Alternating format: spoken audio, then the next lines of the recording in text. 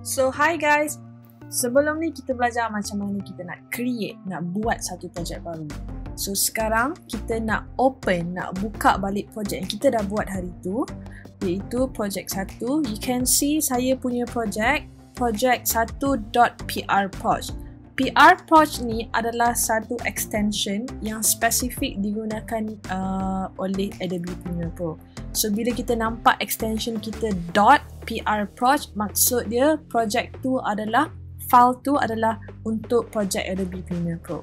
So bila kita tekan dan double klik, maka Adobe Premiere Pro boleh buka projek file tersebut.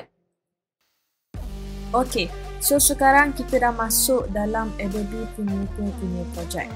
So basically anda akan lihat kita menggunakan learning punya workspace. Apa yang anda tengok sekarang, apa yang korang nampak, ini adalah workspace Adobe Premiere Pro.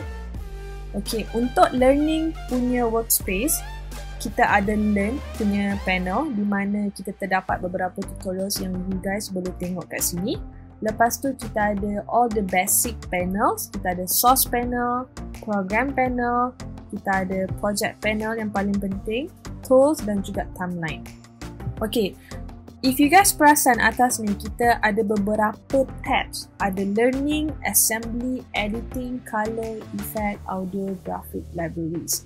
Okay, dan belakang ni semua ini adalah tab-tab yang saya dah customize sendiri untuk saya punya own workspace. So basically, apakah tab-tab tersebut? Tab-tabs ni adalah you punya jenis-jenis workspace. Kita ada workspace. Workspace itu bila kita translate pun maksud dia tempat kita nak kerja ataupun area untuk kita kerja. So workspace pertama adalah learning, untuk you guys yang nak learn sambil working ataupun buat kerja editing dekat sini. Untuk you guys dah biasa, you guys boleh pergi dekat assembly. Untuk assembly punya workspace adalah lebih kepada fokus untuk kita buat file management, importing, untuk kita import file, untuk kita browse, untuk kita manage, untuk kita sort, untuk kita susun file. Lebih baik kita menggunakan assembly punya workspace. So normally, if you can see dari segi turutan pun, assembly dulu sebelum kita start edit. Maksudnya, the best working flow adalah untuk kita susun, assemble segala jenis media, assets yang kita import ataupun nak guna dalam projek tersebut. Lebih baik jika kita susun dulu sebelum kita start edit. So, untuk penyusunan segala assets tu ianya dilakukan di dalam assembly punya workspace. As you can see, kita punya project panel pun lebih besar untuk kita susun. Okay? So, tab yang ketiga adalah editing workspace. Setelah you guys dah susun segala assets dalam assembly tadi, kita boleh move kepada editing workspace. Editing workspace, basically dia akan open segala panel yang berkaitan dengan editing. Jika saya punya panel ni agak berbeza dengan korang punya panel, itu adalah kerana saya dah pun modify ataupun customize saya punya own panel. Okay, untuk panel ni kita boleh customize sendiri dari segi dia punya size setiap panel, dia punya kedudukan. Contoh kalau saya rasa this is tall panel, kita punya tall, saya rasa saya nak ubah ke sebelah sini, saya hanya click and drag sampai saya nampak ada purple punya sign ni, and then saya release. Maksud dia saya nak letak toolbox tu dekat sebelah situ. And you can see saya punya timeline juga agak panjang sebab saya lebih suka jika saya ada timeline tu dia macam panjang untuk saya buat editing. Okay, and then saya letak editing dekat atas, which is very easier. And untuk panel contoh, as you can see saya ada dua timeline panel kat sini yang di mana tak perlu pun, sebab basically kita hanya menggunakan satu timeline sahaja.